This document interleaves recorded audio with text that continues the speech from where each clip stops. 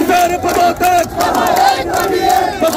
দাবি এক আসিফের পদত্যাগ দফা এক দাবি এক আসিফের পদত্যাগ দফা এক দাবি এক আসিফের পদত্যাগ দফা এক দাবি এক আসিফের পদত্যাগ দফা এক দাবি এক দফা এক দাবি এক আসিফের পদত্যাগ আসিফের পদত্যাগ দফা এক দাবি এক দফা এক দাবি এক আসিফের পদত্যাগ আসিফের পদত্যাগ দফা এক দাবি এক দফা এক দাবি এক আসিফের চাল আসিফ দুই মোদি চাল আসিফ দুই মোদি চাল 1 2 3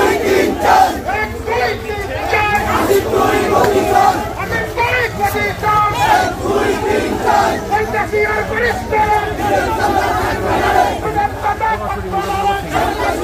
আসিফ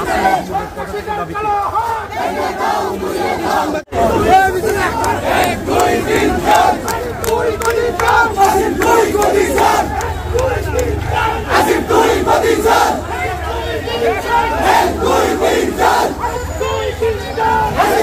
মোদি চাল 1 2 3 4 সন্ত্রাসীর পরিষ্কার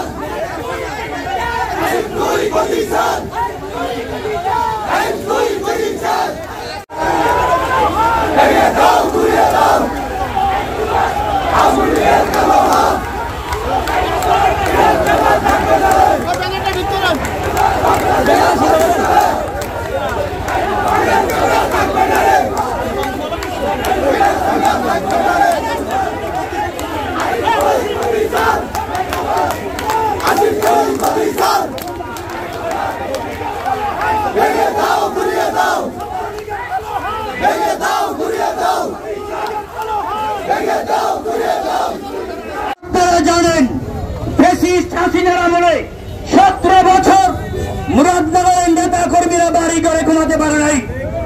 আমাদের নেতা কর্মীদের নামে 69টা মামলা হয়েছে। আমাদের 3 জন নেতা কর্মীকে হত্যা করা হয়েছে। আমাদের অসংখ্য নেতা কর্মীর হাত পা ভেঙে দেওয়া হয়েছে। 5,000 নেতা কর্মীর নামে মামলা হয়েছিল।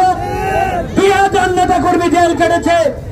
অত্যন্ত দুঃখের সঙ্গে বলতে হয় 5ই আগস্টের পরে আমরা আশা করেছিলাম আমরা স্বৈরাচার মুক্ত হয়েছি, কিন্তু এই 5ই আগস্টের পরে মুরাদনগরে একজন উপদেষ্টা হয়, যার নেতৃত্বে মুরাদনগর উপজেলা প্রশাসন, মুরাদনগরের ভারপ্রাপ্ত কর্মকর্তা, মুরাদনগরের উপজেলা নির্বাহী কর্মকর্তা, মুরাদ কুমিল্লার এসপি সহ পুলিশ প্রশাসন ফ্যাসিস্টের আমলে যেইভাবে বিএনপি নেতা কর্মীদের উপর অত্যাচার করেছে, মিথ্যা মামলা দিয়েছে, সেই স্টাইলে আসিফ মাহমুদের নির্দেশে আমাদের বিএনপি নেতা কর্মীদের নামে মিথ্যা মামলা দেওয়া হয়েছে।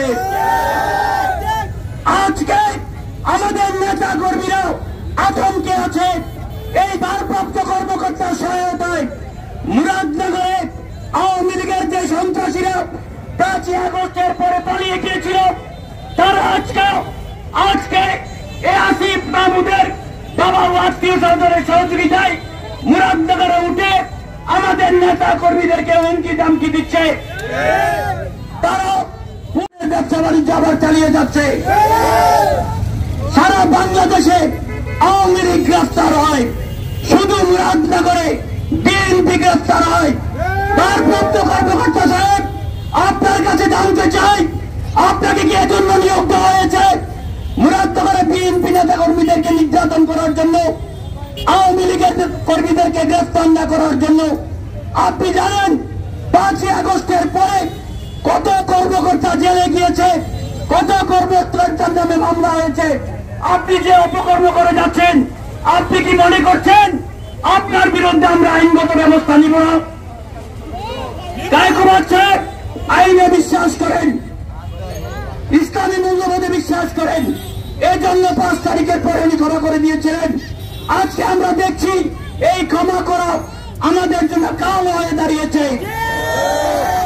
হুঁশিয়ার করে দিতে চাই, আজকের পরে 72 ঘন্টার মধ্যে মুরাদনগর যদি আওয়ামী লীগ মুক্ত না হয়, তাহলে আমরা পরবর্তী কর্মসূচি গ্রহণ করতে বাধ্য হব।